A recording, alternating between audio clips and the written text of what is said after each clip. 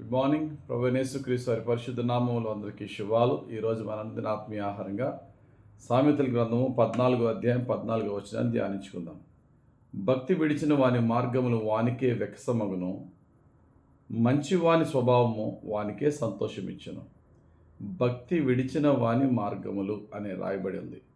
భక్తి విడిచిన వారు అంటే ఒకప్పుడు ఆల్రెడీ భక్తి కలిగిన వారే, దేవుని పట్ల విశ్వాసము, భయభక్తులు, వాక్యం పట్ల నమ్మకం కలిగిన వారే.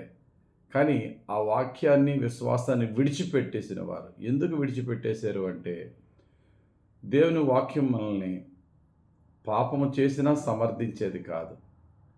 మనం పాపం చేసినప్పుడల్లా దేవుని వాక్యం చాలా తీవ్రంగా మనల్ని గద్దిస్తూ ఉంటుంది. ఆ గద్దింపులకు లోబడి మనం పాపాన్ని విడిచిపెట్టాలా, లేక ఆ గద్దింపు తట్టుకోలేక వాక్యాన్ని విడిచిపెట్టి లోకంలోన కలిసిపోతారు. కొంతమంది ఆ గద్దింపుని, దేవుని గద్దింపును తృణీకరించి దేవుని గద్దింపునకు లోబడకుండా దేవుని యందు భయభక్తులు విడిచిపెట్టి నా ఇష్టం, నాకు నచ్చినట్టు జీవిస్తానని చెప్పి వెళ్ళిపోయిన వారు చాలామంది ఉన్నారు. వారి యొక్క జీవితం ఎలా ఉంటుంది అని ఇక్కడ రాయబడి ఉంది.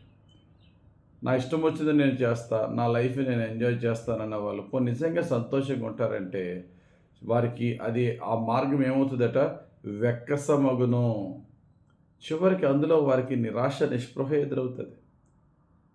దానితో అదే కాకుండా మరొక వ్యక్తి గురించి చెప్తున్నారు. మంచివాని స్వభావం, దేవుని దృష్టికి మంచిగా జీవించే వానికి చివరిగా దొరికేది ఏంటంటే, మంచివాని స్వభావం వానికే సంతోషం ఇచ్చును.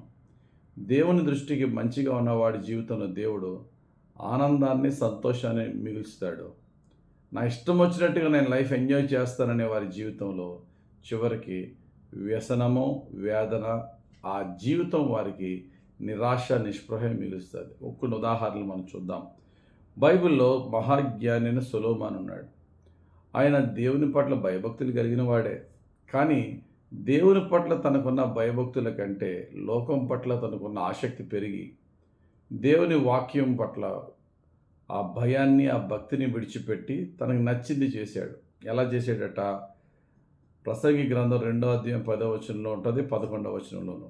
నా కన్నులు ఆశించినది అన్నీ కూడా, నీ దేన్ని కూడా అభ్యంతరపరచకుండా అన్నీ చూసా. నా హృదయం ఏమి ఆశించిందో అన్ని పనులు చేసుకున్నా. ఏది ఎంజాయ్ చేయాలో అది నీత, అవినీత, వాక్యానుసారమా, వాక్యానికి వ్యతిరేకమా, అది ఏమీ పట్టించుకోలేదు. నా లైఫ్ని ఎంజాయ్ చేయడమే నా ముఖ్యమైనటువంటి ఎజెండాగా నేను తీసుకుని ముందుకు వెళ్ళిపోయా. చివరికి నాకు దొరికింది ఏంట్రా అంటే, వీటన్నిటి విషయంలో నేను పడిన ప్రయాసను నేను చూసినప్పుడు ఇది గొప్ప వ్యర్థమైనది, నా జీవితం వ్యర్థమైపోయిందని నేను భావిస్తున్నానంట. మరి నీవు నచ్చినట్టుగా నువ్వు జీవించావు కదా, మరి సాటిస్ఫాక్షన్ ఉండాలి కదా, ఆనందం ఉండాలి కదా, తృప్తి ఉండాలి కదంటే, నా బ్రతుకులో తృప్తి లేదు, నేను వ్యర్థుడను, నా బ్రతుకు వ్యర్థమైపోయిందని ఏడుస్తాడు. ఇస్కరియోతు యోధ యేసు ప్రభుని 30 వెండి నాణేలకు అమ్మేస్తే ఆ 30 వెండి నాణేలతో బాగా ఎంజాయ్ చేయొచ్చు అనుకున్నాడు. అలాగే అమ్మేసి యేసు ప్రభుని సిలువకు అప్పగించిన తర్వాత ఆ ఇస్కరియోతు యోధ 30 వెండి నాణేలు చూసుకుని నీతిమంతుడిని అప్పగించిన ఆ దుర్మార్గమైన క్రియకు వచ్చిన డబ్బు ఇది, నాకు ఈ డబ్బు వద్దని దేవుని మందిరంలో ఇసిరేసి ఉరిపోసుకుని చచ్చిపోతాడు. తను నచ్చినట్టుగా జీవించాడు. చివరికి తృప్తి ఉందా, సంతోషం ఉందా, నిరాశ, నిస్పృహే. ఈ రోజున బైబిల్ మనల్ని కంట్రోల్ చేస్తుందని, దేవుడు మనల్ని గద్దిస్తున్నాడని బాధపడుతున్నాం. కానీ దేవుని కాదని వాక్యానికి విరోధంగా జీవిస్తే కొన్ని రోజులు నీకు సంతోషాన్ని అవ్వచ్చేమో, సుఖాన్ని అవ్వచ్చేమో, కానీ జీవితకాలం వ్యాధనే. దేవుని పట్ల, దేవుని నిమిత్తము కొన్ని రిస్ట్రిక్షన్స్తో, కొన్ని నియంత్రణతో, కొన్ని భయము, భక్తితో జీవిస్తే ఇప్పుడు కష్టం ఉండొచ్చు. దినములు గడిచే కొలది, సంవత్సరములు గడిచే కొలది కష్టములో, నష్టములో కూడా ఎవడో దోచుకోలేని ఆనందము, సంతోషాన్ని దేవుడు మన హృదయంనిస్తాడు. పౌలు గారి జీవితంలో అన్నీ కష్టాలే.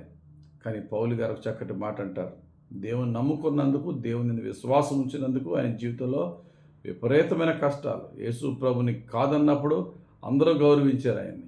యేసు ప్రభుని అంగీకరించిన తర్వాత అన్ని కష్టాలే. ఆ కష్టాలు అన్నమాట కొరింథీయులకు రాసిన 2వ పత్రిక 7వ అధ్యాయం 4వ వచనం అంటారు. మీ ఎడల నేను బహుధైర్యముగా మాట్లాడుచున్నాను, మిమ్మల్ని గూర్చి నాకు చాలా అతిశయం కలదు. ఆదరణతో నిండుకొని ఉన్నాను. మా శ్రమ అంతటికి మించిన అత్యధికమైన ఆనందముతో ఉప్పొంగుచున్నాను. శ్రమకు మించిన ఆనందముతో నేను ఉప్పొంగుచున్నాను అన్నాడు.